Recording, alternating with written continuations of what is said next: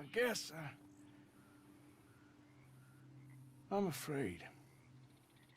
I know, Arthur, I know. I feel the same way when I look at the amount of great games that we, as passionate open world gamers, have had the chance to experience before 2018. And then there's the timeline that exists after 2018, which ended up bringing us some of the most impressive open world games of all time. Said no one ever. This is disgusting. Having played open world games my entire life, I feel confident enough to say that I'm somewhat of a scientist myself when it comes to open worlds. One thing that makes open world games as fun as they are is the freedom that those games give you when it comes to the interactions between you and the fictional world that you're exploring. Despite having played hundreds of games where I had a great time, no game has ever managed to come close to giving me the freedom I wanted like Red Dead Redemption 2 did. Released in October of 2018 after being delayed for an entire year, you know, the usual Rockstar thing, Red Dead Redemption 2 still stands as one of the biggest and most influential releases of modern gaming. Having recently done a few deep dives on characters from the RDR universe, I was intrigued by the fact that even 7 years after release, I still couldn't stop playing this modern gaming masterpiece. While coming up with the idea for the video, one thing that really interested me in that moment was how many folks were actually still playing the game. And all I'm gonna tell you is that it's a lot. So why is that? Why does a game released in 2018 still have such a massive grip over so many folks? Well, to be able to fully understand why, we need to see how it ended up spoiling so many folks to the point where every other open world game is just not it. See, before this game dropped, we were fine. Open world games were fun, predictable, and full of jank. We knew that NPCs were dumb as bricks. We knew horses handled like shopping carts. And we accepted that random encounters meant fighting the same 5 bandits on repeat like it was Groundhog Day. But then RDR2 showed up and said, what if everything actually worked? What if the open world had depth, realism, and detail so absurd that not even our own studio could compete? And just like that, every other open world game started looking like a bad mobile game ad. Let's be real. The moment you set foot in RDR2, you knew something was different. You just felt it. The way Arthur moves feels heavy. The way the world reacts to him adds realism, and the way every NPC seems to have more personality and backstory than an entire Ubisoft story just kinda ruined every other open world experience. Back in the day, perfection was something that was an afterthought, especially due to hardware limitations for both consoles and PC. NPCs were just janky.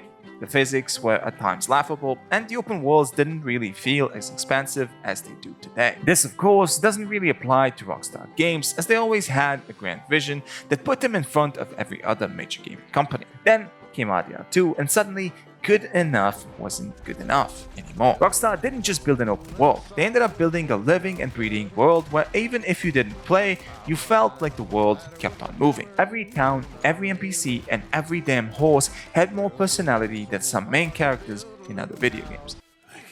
They ended up building a world where rolling around in the mud or snow can easily be more satisfying than completing any quest in any Ubisoft game released post 2018. And that in itself is a big problem, because see, now our brains are wired to expect this level of detail everywhere. We want our horse's boss axe to drop when in a hotter climate, as well as retrieving itself like it's Micah when in a colder one. But unfortunately for us, no one else is insane enough to incorporate this level of detail. Before RDR2, open world games had a simple formula for the gameplay loop. Big map, repetitive side quests, the usual copy-paste NPCs, and some random immersion-breaking bugs. And for the most part, we as players were fine with this. Hell, we kind of expected. Bethesda made an entire career off of it. But RDR2 pulled the rug out from under the entire industry. Suddenly, if your open world wasn't filled with dynamic conversations, realistic physics, and actual consequences for your actions,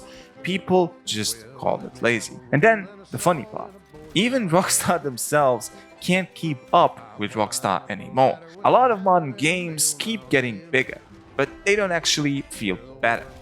That's because after RDR2, we as gamers don't just want big maps anymore. We want actual depth. That's where modern open world games keep failing us. Take Starfield for example. It had a universe bigger than anything Rockstar has ever done.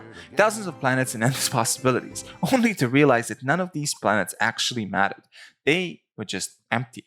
lifeless, and about as interactive as an old Flash game from 2006.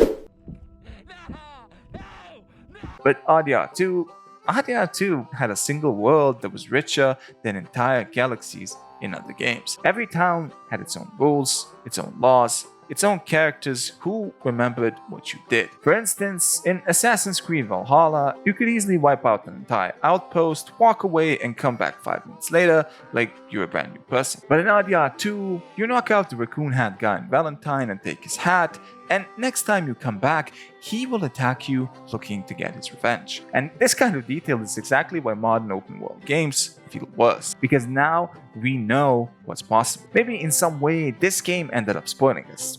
I mean, it's not a maybe for me. I for a fact know that it spoiled me. Before RDR 2, we didn't really expect much. We were just happy with the NPCs who just stood around and looped the same 3 voice lines on repeat. Now, if an NPC isn't reacting to the world like an actual person, we notice and we complain. And if an open world game releases without this insane level of detail, people aren't just disappointed, they're angry. And for companies that try to release subpar products, this will eventually mean bankruptcy. Looking at you, Ubisoft. One of the biggest things RDR 2 did was make other open worlds feel empty. Like, think about it. Before RDR 2, immersion was just a buzzword. Studios would just slap it on for marketing sakes and be like, our game is the most impressive and most immersive open world experience ever. And it usually just meant slightly better graphics or an improved weather cycle. But Red Dead Redemption 2 actually delivered. Everything in this game reacts to you. The way Arthur walks, the way he holds his gun, the way people look at him, it's all based on what's happening in the world. If it's just cold, he shivers. If he's been in the mud, he's filthy until you go and wash it off. If he hasn't eaten in a while, he will get skinny. Even your horse has needs.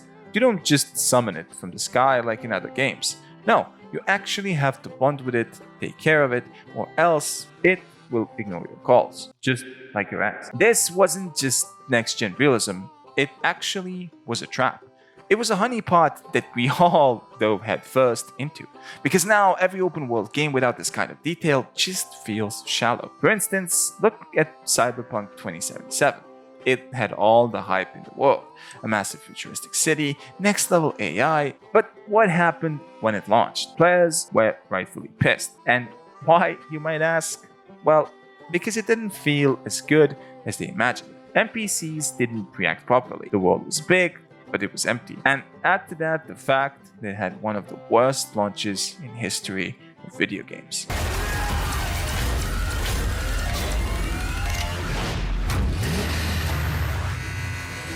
Meanwhile, in RDR 2, every town, every NPC, every shopkeeper felt like a real person.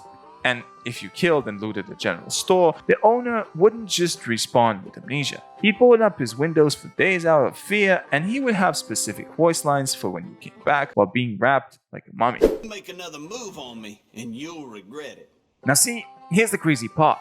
It's not just that RDR 2 made other games feel empty. It made open worlds feel exhausting. Because RDR 2 didn't just give you a world to mess around in. It gave you a world with rules. A world where actions have consequences. And yes, it does have a few issues here and there, but it gave you an immersive way to play the game. Yes, you could get into shootouts with the law, be a full-on dishonorable Arthur or John, but you would get hunted down and would never have actual peace. It's an amazing level of immersion, especially as NPCs remember your actions. But it's also why some players might burn out. In older open world games, you could do whatever without the game stopping you. But in RDR 2, it's so real that the game makes you feel terrible for even thinking of doing something horrible to that random NPC you met in Valentine. This game gives you a whole different feeling that no other open world game ever comes close to matching. When you think about it, every little thing you do in RDR 2 actually changes the world itself. Well, not in any real major or impactful way, but in small ways that make you feel more immersed. If you, for instance, let Arthur's beard grow, people will comment on it. Same for shaving his magnificent max growth beard. If for instance you also wear fancy clothes or get extremely dirty without actually taking time to wash your Arthur or jump properly, NPCs will comment on that as well. This level of immersion has never really been done in any other video game, ever. And then there's the honor system itself. In most game, morality is a joke. Like, oh no, you stole a loaf of bread. Well, good for you. But in RDR2, your honor level actually affects cutscenes, dialogue, and how people treat you throughout the game. You're not just picking good or evil for a stat boost, you're actually shaping how Arthur is remembered. It might not be perfect, especially as you can commit countless acts of violence to bring it down, and then use the greed button to get it up to the max pretty much the very next day. But it's still a very good system that makes you question your own choices within the game world, especially when you take into consideration the two characters, their personalities, and their overall character arcs. It might be meme-worthy to fuck around, kill folks, and hear the "you're a good man" Arthur Morgan line, but we all know deep down that we can't let our pretty boy Arthur get that low honor ending where a giant rat shoots him in the face. Damn you. One thing I want to mention before moving on is that the only franchise I ever got immersed with on a similar level to RDR2 is Kingdom Come Deliverance. And with the sequel out now, there's no better time for folks who are fans of RDR2 and medieval times to enjoy a time period that's long gone and will never come back. Playing KCD made me realize how much I actually wanted Rockstar to make a video game set in medieval times. Just imagine how amazing that kind of a game would be if Rockstar took time to do the same level of immersion as they did for Red Dead Redemption 2. And while we're on the topic of Rockstar games that are not GTA or RDR2, please, for the love of God, Rockstar, give us a pirate game too. I would absolutely love to have something that isn't Skull and Bones and was actually made by a competent developer. Either way, let's put this aside a bit. When you think about it, open world games used to be dumb fun.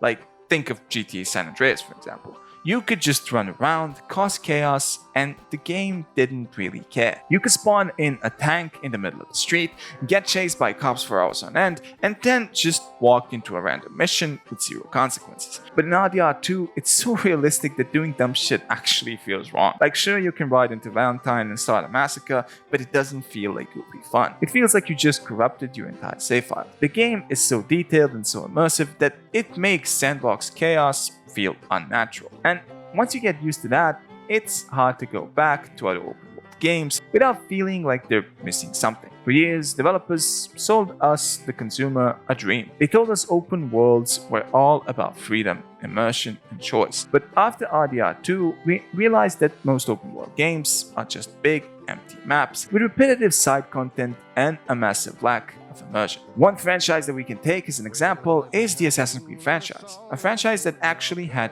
good and immersive settings. But what they did with the settings after 2017 is what makes RDR2 so special in my opinion. While they competed with themselves to push out as much product for the consumer to gobble down, Rockstar carefully crafted a game that will stay relevant for the next 10 years. I mean, what Assassin's Creed game that released recently will have the same lifespan?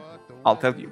Not a single one. By now, we all know how all the major open world gaming companies do their games. With Ubisoft, it's climb a tower, unlock a new part of the map, and then do the same side mission over and over again while trying to progress your level to be able to do the main missions. All this mixed with a subplot story that feels like it's written by a 5-year-old. Goo goo gaga.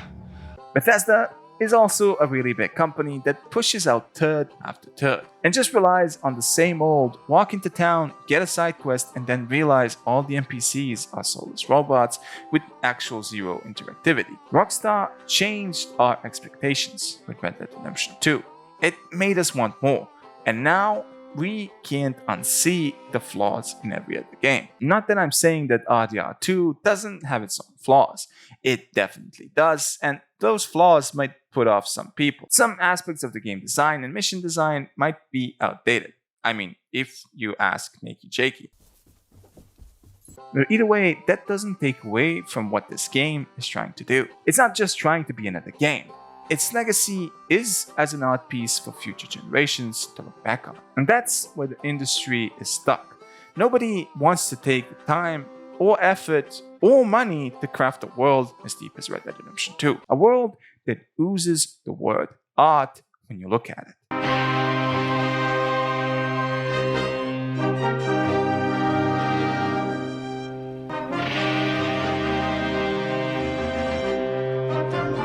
For companies, this is too expensive, too ambitious. So instead, we get the same hollow open worlds over and over again. So did Red Dead Redemption 2 ruin open world games?